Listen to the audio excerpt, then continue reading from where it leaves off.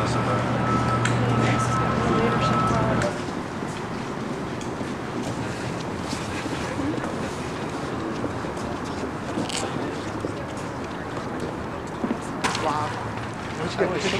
Oh, good idea. We'll just do it. Where are you guys from? KMTR. All right. NBC station. How are you? Good. You all ready? Okay, we're rolling. All right. Well, this is the Eugene Cop Watch press conference, and Eugene Cop Watch has been around since 1996. But now, in this current climate that we're in, we really felt like there was a need to expand Cop Watch more. So that's the reason why we are having a press conference today to announce some of the things that we're doing within this community. The first thing I'd like to start out with is a quote from a former president, Harry S. Truman. And he said, once a government is committed to the principle of silencing the voice of opposition, it is only one way to go, and that is down the path of increasingly repressive measures until it becomes a source of terror to all its citizens and creates a country where everyone lives in fear. And that's exactly what's being used now within the city and all over the country, is fear to scare the people, the populace in the neighborhoods, and to give up their freedoms and to give up their rights. And the police, the feds, and private agencies, private security agencies use that kind of fear to control the masses in the neighborhoods. And so Eugene Cop Watch is trying to counter that. And today at this press conference, you'll hear some of those things that we're beginning to do to counter the fear that's installed within the population of this country and this city. And as an attorney, I've used Cop Watch video extensively in both civil and criminal cases.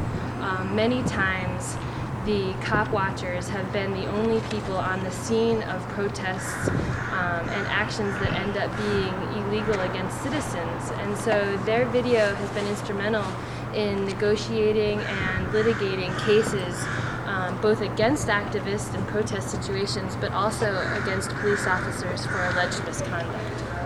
I'm Randy Geiger. I'm a Cop Watch volunteer. Historically, Cop Watch has been a bunch of people with cameras going out into the community, videotaping, documenting, and reporting to the community on the tactics and activities of the Eugene police. As with all the increased police presence in the community, as both Lauren and Melissa have mentioned, both federal and local, we feel it's necessary to expand the process to include as many people as possible, to go into the neighborhoods, get everybody in their neighborhood involved in watching the police and reporting and being aware of their activities. So that's why we've set up a website, a phone number, an office for people to bring information to us and to record it and document it, but also as a resource center to train people, educate people, help people with materials, equipment, resources to be cop watchers in their own community. During my time on the Human Rights Commission, we had numerous citizens come to the Commission as a whole requesting assistance because they had experienced discrimination and or abuse by local police. Unfortunately, the Human Rights Commission's advocacy program does not provide any sort of action-oriented resolution to these complaints. The city also has a police commission in place, but they only provide sort of a overview of policy and make recommendations. They do not investigate individual complaints of discrimination. As such, a Cop Watch organization such as this is the only opportunity for citizens to pursue some kind of resolution and justice when they have been discriminated against by the police. And I feel that that is essential to our human rights, both given the current climate of repression in our city and our country, but also because of the recent budget cuts, we have more and more people on the street suffering from mental illness, homelessness, poverty, being marginalized, and Cop Watch is one of the only ways that we can ensure that their voices are heard.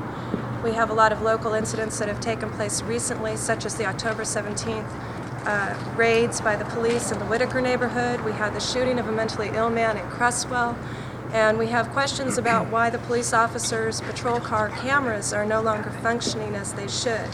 So all of these are just a few of the local highlights that are concerning to Cop Watch and to citizens in general. And I foresee that Cop Watch will be very effective in bringing it to the attention of the public.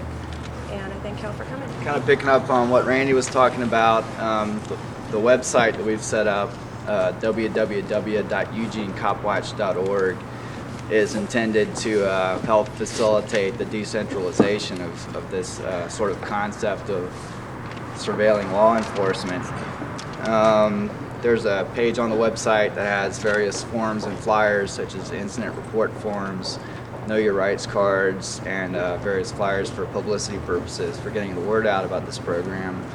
And also anybody can use these forms. They aren't relying on any central group for having permission to go out and do their thing. They just go out and do it.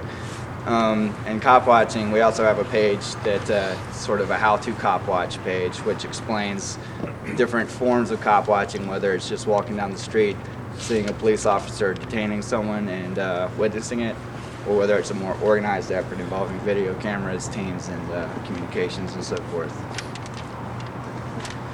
There will also be an open publishing system on the website, similar to the independent media centers and even treesit.org locally, which will allow anybody to post their reports on their interactions with the police, incidents of abuse, and things along those lines. And there will also be a legal information page where people can get information pertinent to cop watching and legal considerations they should have when they go out on the streets to do it. Another thing we're going to have on the site is a police profiles page, which will have profiles on the individual law enforcement officers, including photographs, personal histories, badge numbers, and so forth.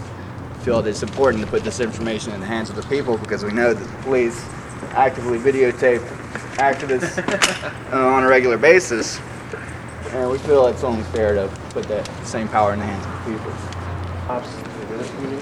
That money for their paycheck should be going towards the homeless, helping people with health care and housing.